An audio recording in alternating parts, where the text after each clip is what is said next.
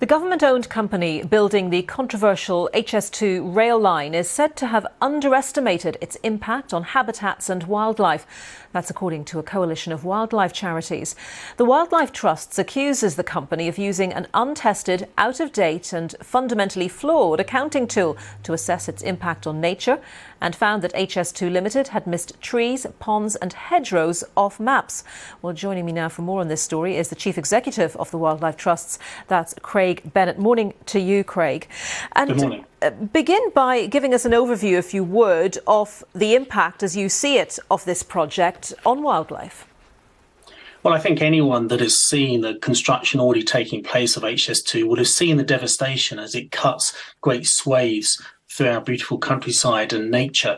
But, the context of this is that we were promised that HS2 would deliver no net loss of biodiversity, of nature in our countryside.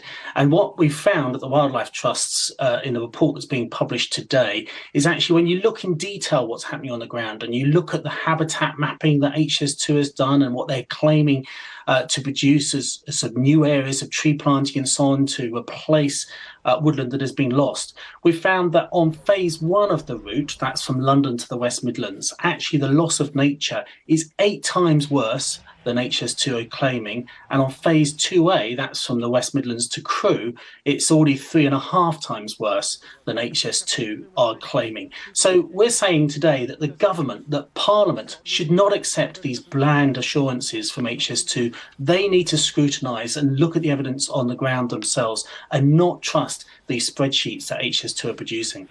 So you're not talking about small margins here. You're saying 8 times worse, the loss of nature and habitat on phase 1, and 3.5 times worse on phase 2. So not small margins. Now, this is what HS2 are saying in response to the Wildlife Trusts. They say, we don't recognise the figures, nor do we believe them to be reliable. The Wildlife Trusts have undertaken limited desk research and have not accessed huge areas of land for undertaking ecological survey, in contrast to the ecologists who have compiled HS2's data. What do you make of that reply? I think it's absurd. At the Wildlife Trust, we've got staff, we've got expert teams who live and work right along that route. And we've done some detailed work. Cheshire Wildlife Trust done some fantastic detailed work on looking at this loss of nature along the HS2 route. Let's bear in mind, HS2 is a company that has routinely got it wrong when it's been talking about budgeting for HS2. The cost of this line has soared over the lifetime of the construction. So I don't think we can really trust any spreadsheets that come from HS2.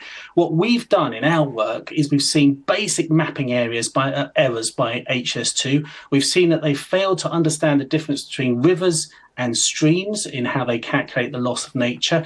They're also kind of counting wrongly when they're looking at new areas for tree planting and seeing those as equating as the same as existing woodland, the species rich, the same as new grassland that they're creating. They're treating that the same as existing species rich grassland. I mean, I could go on about this kind of catalogue of areas that's in the HS2 work. And for the record, the research undertaken by the Wildlife Trusts and the charities that make up the Wildlife Trusts, has that been limited to desk research, or have you been actually out on the ground?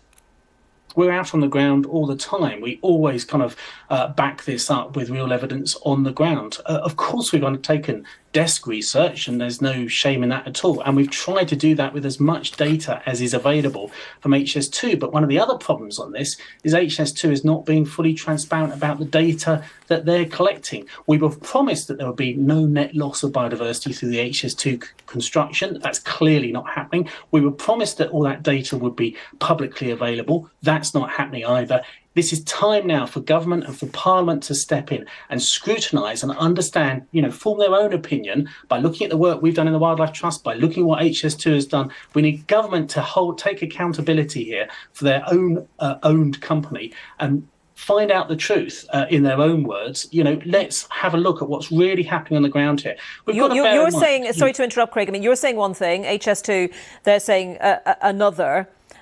You've explained just in your last answer what you would like to see happen, but what more can be done to actually the Wildlife Trust is saying some habitats have been lost for good, But, what can be Absolutely. done to replace, if replace is the right word, those habitats and ensure that nature has an opportunity to thrive, albeit in different areas? Well, obviously, some of the habitats that have been lost will never be replaced. You cannot replace ancient woodland. So trying to sort of replace that would be the same as knocking down Warwick Castle and replacing it with a fiberglass alternative. It can't be done. But we were promised that for some habitats, HS2 would be looking to create new habitats to kind of do the same job for nature on the route. They always promised no net loss. They're not even delivering that. Most big construction projects in this country now are required to deliver at least a 10% increase in nature when there's a lot of nature. And that's the bare minimum that we think at the Wildlife Trust that HS2 should be held accountable to deliver. So what we need now is a real pause and a rethink about how HS2 is going around its data, collecting data and calculating how it's going to try and create new nature along the route. We need government to step in, hold HS2 to account for the promises that it's made and make sure it actually delivers on its existing promises, but actually also ask more from HS2, because what we're seeing is a catastrophic loss of nature along the route of this railway line. And HS2 is clearly off track on the promises that it's made to the public and to Parliament.